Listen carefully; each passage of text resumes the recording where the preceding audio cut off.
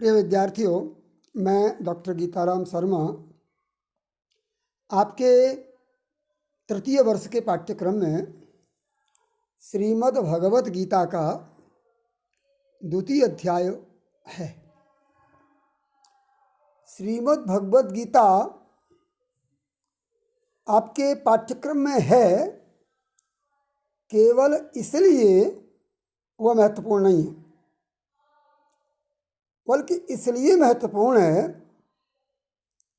श्रीमद् भगवत गीता जीवन की समस्याओं को सुलझाने की दृष्टि से बहुत उपयोगी ग्रंथ है। समस्याएं चाहे निजी जीवन की हों, चाहे सामाजिक जीवन की या राष्ट्रीय जीवन की, सीमित और व्यापक दोनों अर्थों में भगवत गीता एक प्रकाश स्रोत के रूप में कार्य करती है। आज का मनुष्य लाभ हानि, जय पराजय, कभी आशा कभी निराशा, कभी सुख तो कभी दुख, माने इन प्रकार इस सांसारिक द्वंद्व के कारण, द्वंद्व का मतलब द्वंद्व के जो जहाँ दो की सत्ता है, सुख के साथ दुख, लाभ के साथ लाभ का विरोधी हानि, हानि के साथ हानि का विरोधी लाभ, जय के साथ पराजय या पराजय के साथ जय, ये अनिवार्य तत्व हैं। और पूरा संसार इसी द्वैत में संसरण करता है। और द्वैत में संसरण करने का परिणाम होता है दुख या सुख। तो व्यक्ति कभी सुखी रहता है, कभी दुखी रहता है। गीता इन सुख दुख दोनों के द्वंद्व से मुक्त करके आनंद की ओर ले जाती है। गीता कोई धर्म ग्रंथ नहीं है, बल्कि धर्मनिरपेक्ष ग्रंथ है। सभी धर्मों के जो मूल तत्व हैं, आत्मा का उत्थान, चेतना का उत्कर्ष, प्राणी मात्र का कल्याण, ये सभी धर्मों का उद्देश्य है, भगवत गीता पूरा करती है। इसलिए भगवत गीता केवल सनातन धर्म, ये हिंदू धर्म का ग्रंथ नहीं है, या संस्कृत भाषा में लिख जाने से केवल संस्कृतज्ञों के लिए या पंडितों के लिए यह उपदेश ग्रहणीय नहीं है, उपयोगी नहीं है, बल्कि संपूर्ण मानव जाति, संपूर्ण भूमंडल में जहाँ भी जीवन है, वहाँ भगवत गीता बहुत बड़ा उपकार करती है। भगवत गीता राष्ट्रीय ग्रंथ है। राष्ट्र में जितनी भी समस्याएं हैं, उन सारी समस्याओं का समाधान भगवत गीता के माध्यम से हो सकता है। भगवत गीता सामाजिक ग्रंथ है, भगवत गीता सांस्कृतिक ग्रंथ है। भगवत गीता केवल कृष्ण द्वारा अर्जुन को दिया गया संदेश भर नहीं है, अपितु प्राणी मात्र, प्रत्येक दुविधा में पड़ा हुआ व्यक्ति का मन अर्जुन है। दुविधा से मुक्त कोई नहीं, और प्रत्येक दुविधा युक्त जो मन है वो अर्जुन है, और उसकी स्वयं की आत्मा, उसकी स्वयं की चेतना वो कृष्ण है। तो स्वयं की चेतना का मन को दिया गया प्रबोधन है भगवत गीता। जब कभी मन में दीनता, हीनता, निराशा आदि भाव हो और मन अपने ही बोझ से दबा हुआ महसूस करे, तब भगवत गीता उस बोझ से मुक्त करने का रास्ता दिखाती है। इसलिए मैंने कहा है कि श्रीमद् भगवत गीता केवल बीए तृतीय वर्ष के पाठ्यक्रम का हिस्सा नहीं है, ये जीवन का संगीत है। जीवन को सुख दुख से मुक्त करती है भगवत गीता। जीवन की समस्याओं में समाधान की दिशा देती है भगवत गीता। जीवन को सुख दुख के द्वंद्व से आनंद की ओर ले जाती है भगवत गीता। गीता, भगवत गीता जीवन का संगीत है, ये चेतना का गीत है। इसलिए जब कभी हम भगवत गीता को पढ़ें तो केवल पाठ्यक्रम के हिस्से के रूप में नहीं पढ़ें, जीवन के बहुत उपयोगी हिस्से के रूप में पढ़ें।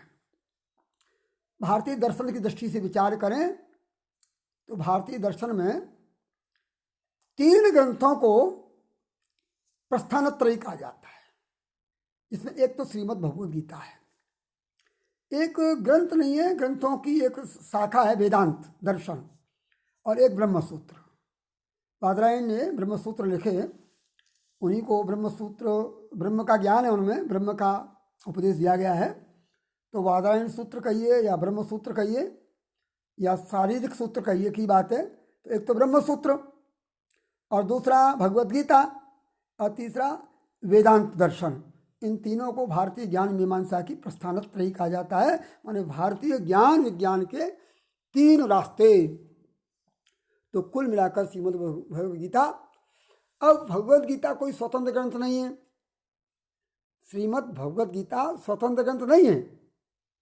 यह एक विशाल काय ग्रंथ है, महाभारत। उस महाभारत का एक भाग है। महाभारत में हम सबको ये जानकारी होनी चाहिए कि महाभारत में कुल 18 पर्व हैं। उसका जो विभाजन है ना, अध्याय आदि सर्ग, ऐसे ही उस विभाजन का जो उनका भाग दिया है वो पर्व नाम दिया है। तो महाभारत में 18 पर्व हैं। उन 18 पर्वों में 1 लाख श्लोक, शतसाहस्री संहिता भी कहते हैं महाभारत को। कभी महाभारत की जब चर्चा स्वतंत्र करेंगे तब उसके विकास क्रम को बताएंगे, लेकिन आज हम जिसको महाभारत के रूप में जानते हैं उसमें 1 लाख श्लोक, 1 लाख श्लोक, शतसाहस्री संहिता, 100,000 श्लोक कहते हैं। उसमें 18 पर्व हैं। उन 18 पर्वों में एक 6वां पर्व है भीष्म पर्व। ध्यान रखना, ये सामान्य प्रश्न है।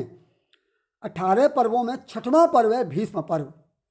उस भीष्म पर्व में अध्याय क्रमांक 25, ध्यान देना, अध्याय क्रमांक 25 से अध्याय क्रमांक 42 तक का जो भाग है वह श्रीमद् भगवद गीता के नाम से जाना जाता है। अतः श्रीमद् भगवद गीता महामुनि व्यास प्रणीत महाभारत से संकलित है। इसलिए जो भगवद गीता, जो महाभारत के रचयिता व्यास जी हैं, वही व्यास जी भगवद गीता के भी रचयिता हैं। भगवद गीता में ज्ञान, कर्म और भक्ति, इन 3 का बहुत मंजूर समन्वय है। यूँ व्यापक रूप से देखें तो पहले 6 अध्याय ज्ञान के हैं, दूसरे 6 अध्याय कर्म के हैं, और तीसरे 6 अध्याय भक्ति के हैं। तो कुल मिलाकर के पूरे भगवद गीता में 700 श्लोक हैं। इसको सप्तशती संहिता भी कहा जाता है, सप्तशती संहिता, ठीक है ना। तो ये कहाँ से ली गई है? ये भीष्म पर्व से ली गई है। कितने श्लोक हैं? भिन्न भिन्न मत हैं इसमें, लेकिन जो सामान्य मत यह है कि ये सप्तशती संहिता है। इसका नाम योग शास्त्र भी है। अब आपके पाठ्यक्रम में दूसरा अध्याय है, तो द्वितीय अध्याय के परिचय के रूप में द्वितीय, देखिए प्रत्येक अध्याय का कोई न कोई नाम है, और वो योग किसी योग के नाम से। जैसे प्रथम अध्याय का नाम विषाद योग है, इस द्वितीय अध्याय का नाम सांख्य योग है, और इस सांख्य योग नाम के अध्याय में कुल 72 श्लोक हैं। द्वितीय अध्याय में कितने श्लोक हैं? 72। क्या नाम है इसका? सांख्य योग। ये द्वितीय अध्याय में। अब इस सांख्य शब्द का अर्थ होता है ज्ञान, ज्ञान, और योग का अर्थ होता है कर्म और भक्ति और ज्ञान, इन सब के माध्यम से आत्म तत्व की खोज। तो इसमें ज्ञान के माध्यम से, अब ज्ञान इस सांख्य योग में क्या है? इस अध्याय में मूलतः इसके 3-4 विषय इसमें दिए हुए हैं। पहला भाग तो इसमें आत्मा की अमरता का है। अर्जुन का जो पहले अध्याय में जो उसका मोह है वो यही तो है। विषाद नाम का जो पहला अध्याय है उसमें अर्जुन की समस्या यही है। पहले तो युद्ध के लिए बहुत उतावला रहता है, लेकिन जैसे युद्ध में आता है और अपने ही सगे संबंधियों को, अपने ही पितामह, चाचा, ताऊ, भाई, बंधु, सगे संबंधी, इन सबको देखता है तो उसके मन में मोह हो जाता है और उसको ये लगता है कि वह जब इनको मार देगा तो आखिर वो राज्य किसके लिए करेगा, वो राज्य किस पर करेगा। तो मृत्यु के भय से पलायन कर जाता है, गांडी फेंक देता है, कहता है माधव मैं युद्ध नहीं करूँगा, मैं माधव युद्ध नहीं करूँगा।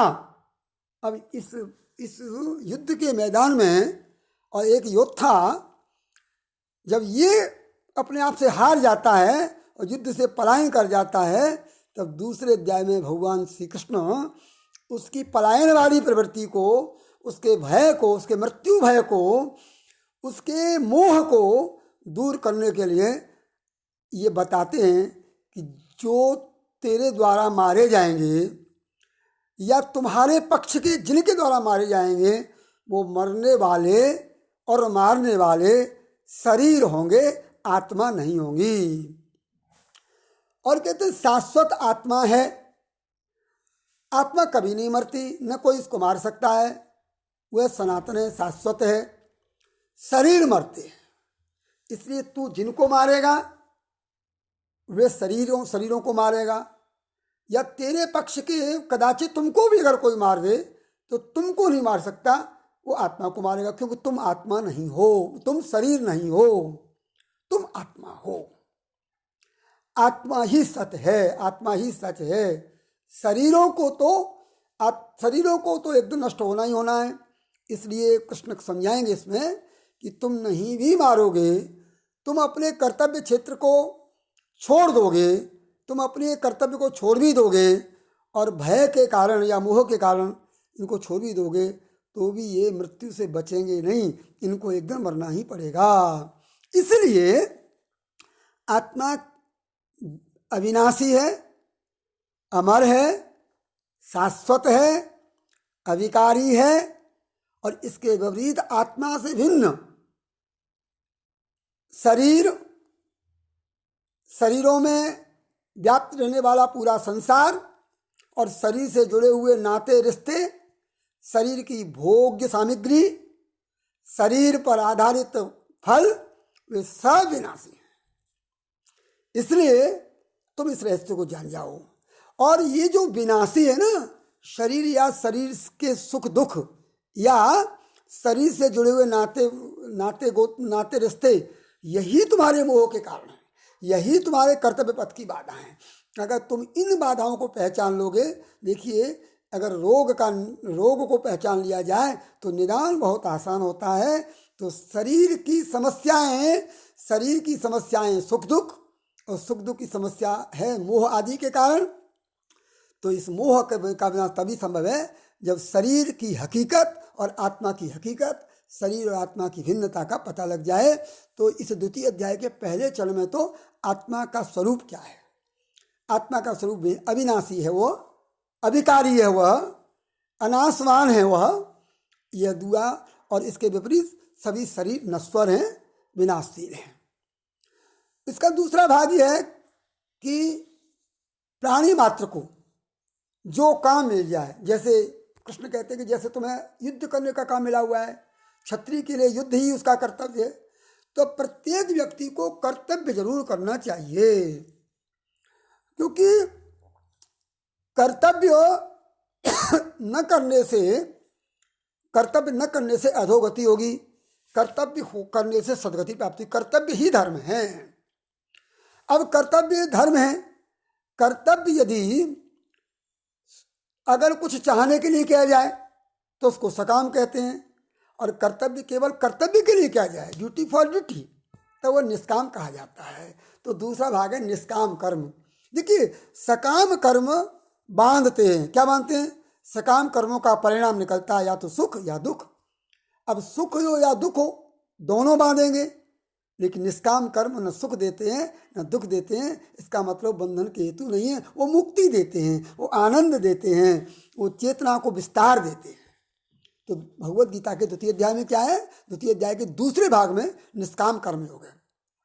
और निष्काम कर्मयोग या अपना जो धर्म के रूप में कर्तव्य है वह तभी संभव है जब व्यक्ति एकाग्र चित्त होकर के, स्थित प्रज्ञ, एकाग्र चित्त में सुख दुख के प्रति कोई आसक्ति नहीं हो, केवल और केवल एकाग्रता हो अपने कर्तव्य के प्रति। तो एकाग्र चित्त को ही स्थित प्रज्ञ कहते हैं। बुद्धि में जब तक एकाग्रता नहीं होगी, सुख दुख की चिंता नहीं होगी, लाभ हानि की चिंता नहीं होगी, जय पराजय के प्रति मोह नहीं होगा, सुख दुख के प्रति कोई आसक्ति तृष्णा नहीं होगी, तब तक व्यक्ति एकाग्र चित्त नहीं हो सकता। तो स्थित प्रज्ञ, तो स्थित प्रज्ञ को ही ब्राह्मी स्थिति, मुक्ति अवस्था। तो श्रीमद् भगवद गीता के द्वितीय अध्याय में, द्वितीय अध्याय के 72 श्लोकों में, कितने श्लोक हैं? 72 श्लोक। वो 3 बिंदु हैं: आत्मा का स्वरूप, निष्काम कर्मयोग का स्वरूप, और तीसरा स्थित प्रज्ञता। मतलब आत्मा का स्वरूप जाने बिना निष्काम कर्मयोग नहीं हो सकता, और निष्काम कर्म योग के बिना एकाग्रता नहीं आ सकती, स्थित प्रज्ञता नहीं आ सकती, और स्थित प्रज्ञता लाए बिना ब्रह्म अवस्था, मोक्ष नहीं हो सकता, मुक्ति नहीं मिल सकती, अर्थात आनंद प्राप्त नहीं हो सकता। इन 3 तत्वों में घिरा हुआ ये दूसरा अध्याय है। आज द्वितीय अध्याय का सामान्य परिचय है, अगले वीडियो में इससे आगे। बस आज के लिए इतना ही।